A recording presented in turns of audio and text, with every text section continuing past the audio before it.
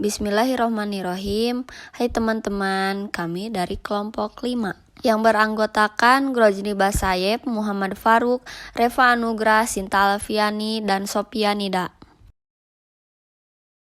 Di sini kami akan menjelaskan tentang kesenjangan ekonomi, kemiskinan, resesi, krisis, dan kerentanan ekonomi di Indonesia. Kesenjangan ekonomi merupakan suatu keadaan yang tidak seimbang di bidang ekonomi dalam masyarakat. Kondisi tersebut terjadi karena kurangnya kesempatan untuk memperoleh penghasilan, mendapatkan kesempatan kerja, dan kesempatan untuk berpartisipasi dalam pembangunan. Adapun macam-macam kesenjangan ekonomi. Yang ke-1, kesenjangan antar daerah, yang kedua, kesenjangan antar sektor, dan yang ketiga, kesenjangan distribusi pendapatan masyarakat. Kemiskinan adalah keadaan di mana terjadi ketidakmampuan untuk memenuhi kebutuhan dasar seperti makanan, pakaian, tempat berlindung, pendidikan, dan kesehatan. Kemiskinan dapat disebabkan oleh kelangkaan alat pemenuh kebutuhan dasar ataupun sulitnya akses terhadap pendidikan dan pekerjaan. Kemiskinan merupakan masalah global. Sebagian orang memahami istilah ini secara subjektif dan komparatif, sementara yang lainnya melihatnya dari segi moral dan evaluatif, dan yang lainnya lagi memahaminya dari sudut ilmiah yang telah mapan. Penyebab kemiskinan diantaranya 1. Penyebab individual atau patologis yang melihat kemiskinan sebagai akibat dari perilaku, pilihan, atau kemampuan dari si miskin. Namun lebih tepatnya terletak pada perbedaan kualitas sumber daya manusia dan perbedaan akses modal. Kedua, penyebab keluarga yang menghubungkan kemiskinan dengan pendidikan keluarga. Ketiga, penyebab subbudaya yang menghubungkan kemiskinan dengan kehidupan sehari-hari, dipelajari atau dijalankan dalam lingkungan sekitar. Yang keempat, penyebab agensi yang melihat kemiskinan sebagai akibat dari aksi orang lain termasuk perang, pemerintah, dan ekonomi. Karena ciri dan keadaan masyarakat dalam suatu daerah sangat beragam, ditambah dengan kemajuan ekonomi dan pertumbuhan ekonomi yang masih rendah. Dan yang kelima, penyebab struktural yang memberikan alasan bahwa kemiskinan merupakan hasil dari struktur sosial dan kebijakan pemerintah. Kebijakan dalam negeri seringkali dipengaruhi oleh kebijakan luar negeri atau internasional, antara lain dari segi pendanaan. Dan yang paling penting adalah ketidakmerataannya distribusi pendapatan yang dilaksanakan oleh pemerintah. Upaya pemerintah dalam mengatasi masalah kemiskinan yang pertama adalah pembangunan sektor pertanian. Sektor pertanian memiliki peranan penting di dalam pembangunan karena sektor tersebut memberikan kontribusi yang sangat besar bagi pendapatan masyarakat di pedesaan.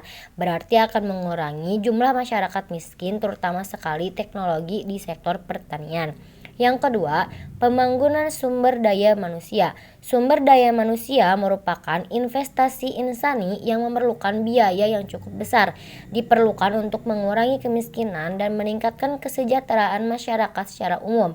Maka dari itu, peningkatan lembaga pendidikan, kesehatan, dan gizi merupakan langkah yang baik untuk diterapkan oleh pemerintah. Yang ketiga, redistribusi pendapatan secara lebih baik.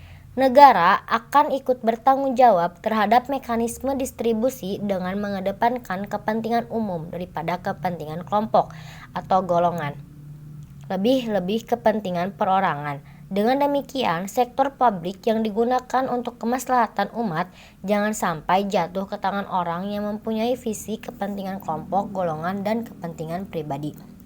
Dan yang terakhir, pembangunan infrastruktur. Negara akan menyediakan fasilitas-fasilitas publik yang berhubungan dengan masalah optimalisasi distribusi pendapatan, seperti sekolah, rumah sakit, lapangan kerja, perumahan, jalan, jembatan, dan sebagainya. Yang selanjutnya resesi. Resesi atau kemerosotan adalah kondisi ketika produk domestik bruto menurun atau ketika pertumbuhan ekonomi real bernilai negatif selama 2 kuartal atau lebih dalam 1 tahun. Resesi yang terjadi pada suatu negara dapat menyebabkan penurunan pada seluruh aktivitas ekonomi seperti lapangan kerja, investasi, dan lapangan pekerjaan.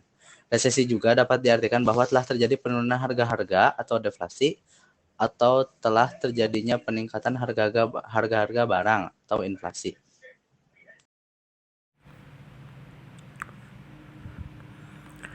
Indonesia pernah mengalami krisis ekonomi. Bank Indonesia pada tanggal 14 Agustus tahun 97 terpaksa membebaskan nilai tukar rupiah terhadap valuta asing, khususnya dolar AS, dan membiarkannya berfluktuasi secara bebas, menggantikan sistem managed floating yang dianut pemerintah sejak devaluasi Oktober tahun 78. Dengan demikian, Indonesia tidak lagi melakukan intervensi di pasar valuta asing untuk menopang nilai tukar rupiah, sehingga nilai tukar ditentukan oleh kekuatan pasar semata. Nilai tukar rupiah kemudian merosot dengan cepat dan tajam dari rata-rata 2.450 per dolar AS Juni tahun 97 menjadi 13.513 pada akhir Januari tahun 98. Namun kemudian berhasil menguat kembali menjadi 8.000 pada awal Mei tahun 99. Penyebab dari krisis ini bukanlah fundamental ekonomi Indonesia yang selama ini lemah, tetapi terutama karena utang swasta luar negeri yang telah mencapai jumlah yang besar. Yang jebol bukanlah sektor rupiah dalam negeri, melainkan sektor luar negeri, khususnya nilai tukar dolar AS yang mengalami overshooting yang sangat jauh dari nilai nyatanya. Krisis yang berkepanjangan ini adalah krisis merosotnya nilai tukar rupiah yang sangat tajam, akibat dari serbuan yang mendadak dan secara bertubi-tubi terhadap dolar AS, dan jatuh temponya utang swasta luar negeri dalam jumlah yang besar. Seandainya tidak ada serbuan terhadap dolar AS ini, meskipun terdapat banyak distorsi pada tingkat ekonomi mikro, di ekonomi Indonesia tidak akan mengalami krisis. Dengan kata lain, walaupun distorsi pada tingkat ekonomi mikro ini diperbaiki, tetapi bila tetap ada gempuran terhadap mata uang rupiah, maka krisis akan terjadi juga, karena cadangan devisa yang tidak ada cukup kuat untuk menahan gempuran ini. Krisis ini diperparah lagi dengan akumulasi dari berbagai faktor penyebab lainnya yang datangnya saling bersusulan. Analisis dari faktor-faktor penyebab ini penting, karena penyembuhannya tentunya tergantung dari ketepatan diagnosa. Anwar Nasution melihat besarnya defisit neraca berjalan dan utang luar negeri ditambah dengan lemahnya sistem perbankan nasional sebagai akar dari terjadinya krisis finansial. Bank Dunia melihat adanya 4 sebab utama yang bersama-sama membuat krisis menuju arah kebangkrutan.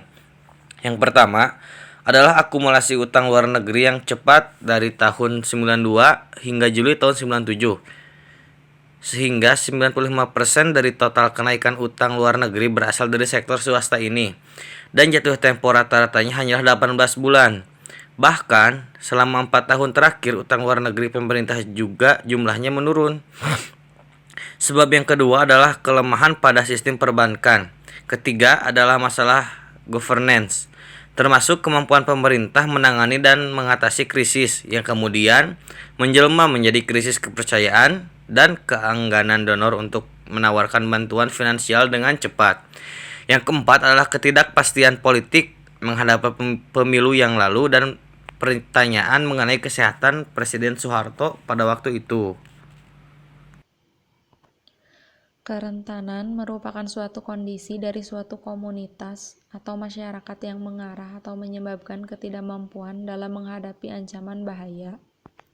Kerentanan ekonomi menggambarkan suatu kondisi tingkat kerapuhan ekonomi dalam menghadapi bahaya. Menurut Guillaume mendefinisikan kerentanan ekonomi dari sebuah negara dengan resiko kehancuran ekonomi, terhentinya pembangunan ekonomi yang dihadapi negara disebabkan oleh goncangan eksogen. Ada 2 jenis goncangan eksogen atau 2 sumber utama dari kerentanan, yaitu dengan bencana alam atau perdagangan.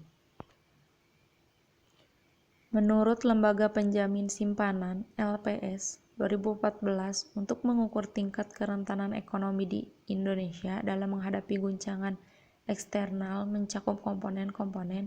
Yang pertama, keterbukaan ekonomi. Yang kedua, konsentrasi ekspor. Yang ketiga, ketergantungan terhadap impor. Yang keempat, besar populasi. Yang kelima, ketidakstabilan produksi pertanian. Dan yang keenam, ketergantungan terhadap modal asing.